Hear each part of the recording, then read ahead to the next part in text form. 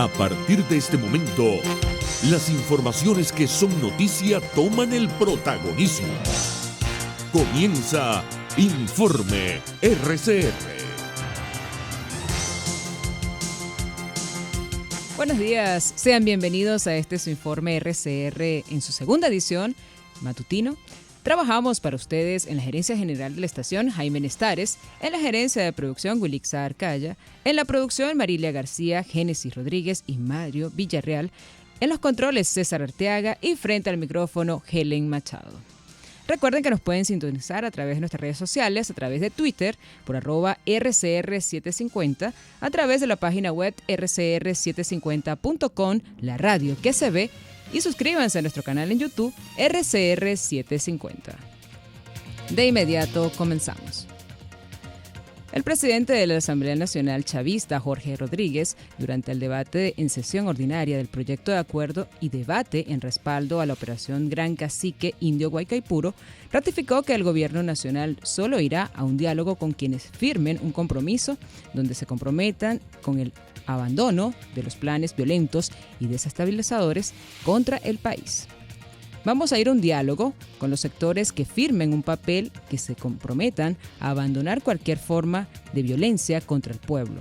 Cualquier diálogo es entre el gobierno constitucional y la oposición venezolana, reiteró Rodríguez.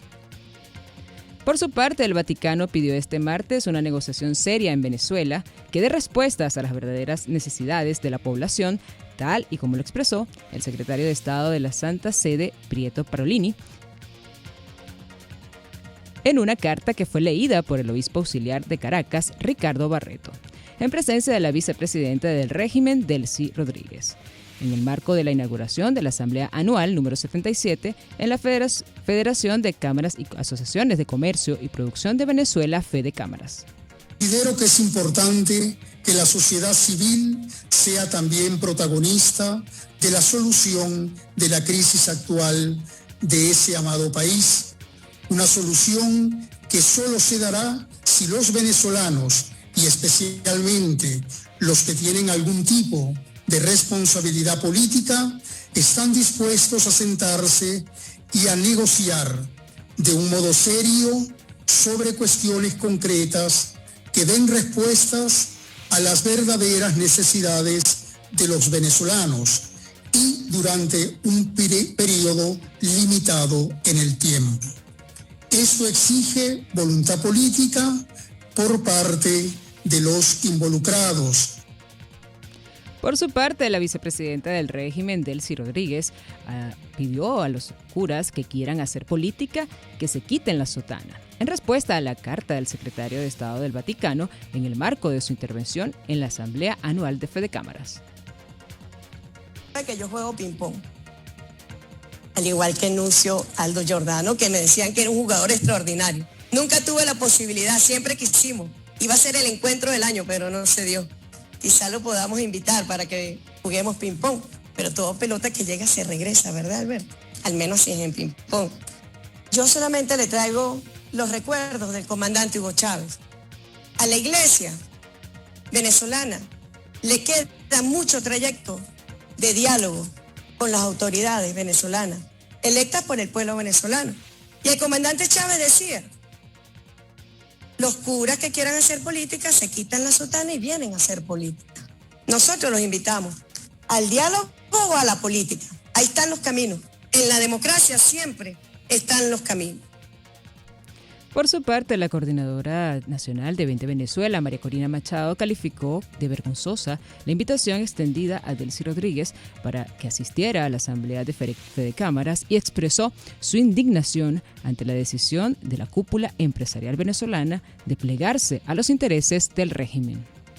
La verdad es que mi familia por muchas generaciones han sido emprendedores, empresarios, lo llevamos en el alma. ¿Sabes? La responsabilidad hacia nuestro país y mi papá siempre nos dijo, o sea, hacer plata es fácil. Hacer plata, un empresario no es el que hace plata, es el que crea valor, crea riqueza, teniendo la nación, el concepto de la nación por encima de todo. Entonces, ver una asociación de empresarios plegándose de esta manera, debo decir que debe tener a los genuinos empresarios históricos de este país en sus tumbas, verdaderamente desgarrados, y sus hijos y la gente honesta, que es la inmensa mayoría, que hoy está pasando trabajo, pero que sigue emprendiendo y trabajando, verdaderamente es asqueante. Entre tanto, el internacionalista y profesor universitario Félix Gerardo Arellano calificó de muy positivo el texto de la carta del secretario de Estado del Vaticano pidiendo a los factores políticos venezolanos a establecer plazos limitados y demostrar voluntad política de cara a una negociación entre la alternativa democrática y el régimen de Nicolás Maduro. Hay detalles muy importantes en las palabras que envía el secretario de Estado, como el tiempo de los plazos, como el tiempo de la voluntad política. En eso pega duro en Miraflores porque no se ve voluntad política y lo que se quiere es una negociación infinita para mantener a la comunidad internacional con la idea de que hay una real capacidad de negociación o interés de negociación. La actitud que me estás refiriendo de la vicepresidenta parece que no ha entendido bien su rol, porque, bueno, otro del régimen, otro de Miraflores diría, pero si eso es lo que estamos haciendo, estamos totalmente dispuestos a negociar y tenemos unas condiciones, y volvería a repetir su discurso, de tal manera que ha debido tener una actitud más educada, más respetuosa. En otras noticias, 2 médicos más se sumaron este martes a las estadísticas de trabajadores de la salud que perdieron la vida a causa de COVID-19 en Venezuela. Así lo informó el director del posgrado de la Facultad de Medicina de la Universidad del Zulia, Freddy Pachano, a través de su cuenta en Twitter. El galeno confirmó la muerte del reconocido médico zuliano Eberto Galuet en el municipio San Francisco, quien era especialista en enfermedades venéreas. Pachano reportó también el pasado viernes 16 de julio el fallecimiento por coronavirus del urólogo zuliano Darío Soto en Maracaibo. Soto formaba parte del equipo médico del Hospital Manuel Noriega y del Centro Médico Docente Paraíso. Según cifras de la Asociación Monitor de Víctimas, 37 personas fueron asesinadas durante la balacera ocurrida el pasado miércoles 7 de julio en la Cota 905 y que afectó a varias parroquias de Caracas. 4 de estas víctimas eran funcionarios de los cuerpos de seguridad, 6 eran presuntos integrantes del grupo delictivo y 3 no están identificadas hasta el momento, según lo confirmó la periodista Rona Ríquez, coordinadora de la asociación. 37 personas murieron en el marco de los tiroteos que hubo desde el miércoles 7 de julio hasta el viernes 9 de julio y en el marco de la operación Gran Cacique Indio Guaycaipuro. De esas 37 personas, nosotros hemos logrado verificar que al menos 6 eran personas que pertenecían a la megabanda del Coqui. Esto, la identidad de estas personas y la responsabilidad o participación en la banda fue confirmada por familiares de los mismos jóvenes. Hay otros 3 casos en los que no tenemos certeza de si las personas pertenecían a la megabanda o no, porque bueno, los familiares no quisieron dar información al respecto y las autoridades tampoco dan ninguna información. Entonces tenemos esas personas como que no tenemos certeza. El resto de las víctimas fueron personas que murieron como consecuencia de balas perdidas en distintas zonas de Caracas. En internacionales, República Dominicana reanudó desde este miércoles los vuelos regulares con Haití, que fueron suspendidos el pasado 7 de julio tras el asesinato del presidente de ese país, Jovenel Moïse. La Junta de Aviación Civil aprobó la reanudación de los vuelos en una reunión extraordinaria del ente dominicano celebrada en la tarde de este martes.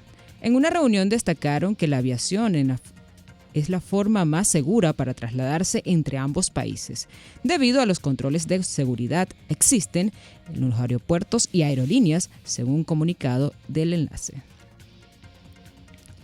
La Fiscalía de Perú abrió una nueva investigación contra Mark Vito Villanela, el esposo de la ex candidata presidencial Keiko Fujimori, por presunto lavado de activos, el mismo delito por el que ya afronta otro pedido fiscal, más de 22 años de cárcel.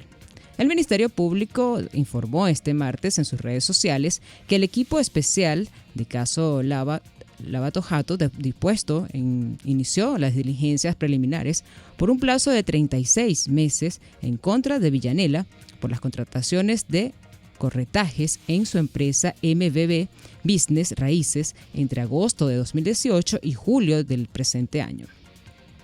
Y en otras noticias, las protestas contra el gobierno colombiano volvieron este martes a la calle con motivo del Día de la Independencia y de la instalación del Congreso Nacional, al que el oficialismo y oposición presentaron proyectos de ley relacionados con las demandas sociales que impulsaron las movilizaciones. La jornada de movilizaciones transcurrió festiva en las principales ciudades del país, donde miles de personas plantaron sus demandas de justicia, empleo, salud y educación, así como exigieron al Estado respetar la vida y los derechos humanos, tal y como lo expresaron algunos manifestantes. Esta social, la injusticia social que se vive en Colombia, el desarraigo, el despojo, las desapariciones forzadas, el asesinato de líderes y de los indígenas. Por su parte, el presidente de Colombia, Iván Duque, denunció este martes 20 de julio que muchos intentan incendiar sociedades para cabalgar con el odio por simples intereses electorales y destacó que lo que une a los colombianos es más fuerte que esas pretensiones durante su intervención en la palabra militar con motivo del Día de la Independencia.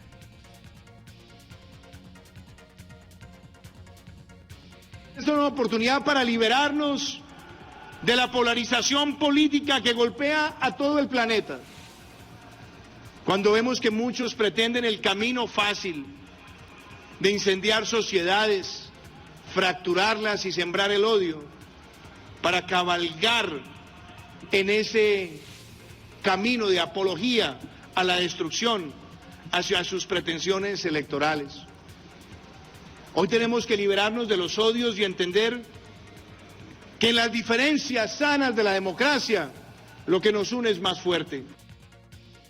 En otras informaciones, Uruguay alcanzó este martes el 70% de su población inoculada con al menos una dosis contra el COVID-19, de acuerdo a monitor oficial de vacunación en medio de una abrupta desaceleración de los peores indicadores de la pandemia.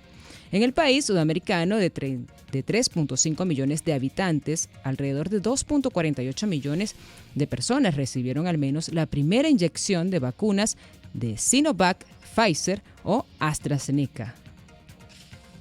Y pasamos a la sesión de economía.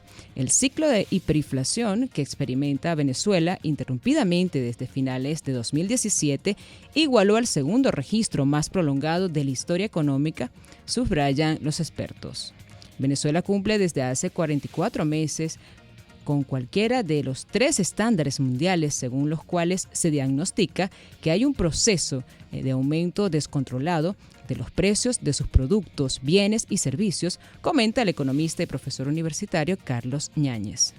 Ñáñez destacó que el retraso de la publicación de cifras oficiales de la economía local por parte del Banco Central de Venezuela han estancado la certificación del proceso de hiperinflación. Los precios internacionales del petróleo arrojaban resultados mixtos en horas de la mañana. El WTI de referencia de Estados Unidos se ubicaba en $67.42 el barril, mientras que el Brent de referencia en Europa se cotizaba en $68.81 el barril. Y pasamos a los deportes. El Atlético Mineiro de Venezuela, Jefferson Savarino, dejó fuera al Boca Juniors de Argentina en la tanda de penales para clasificar a los cuartos de final de la Copa Libertadores. Savarino, que titularizó ambos compromisos, tuvo una acción importante en los 80 minutos que jugó. Ahora el Mineiro espera al vencedor de la llave entre el River Plate y Argentinos Junior.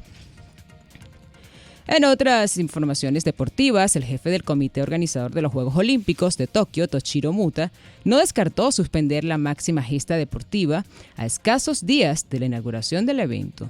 Durante una conferencia de prensa, Muto alertó sobre los casos que se han registrado en la villa y aseguró que es un riesgo para el evento. Y así llegamos al final de este compacto informativo. Los invitamos para que sigan con más de la programación de su RCR.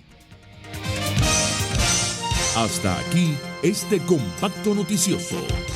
Manténgase en nuestra sintonía, porque estaremos informándole de la noticia al momento de producirse. RCR, 750 AM.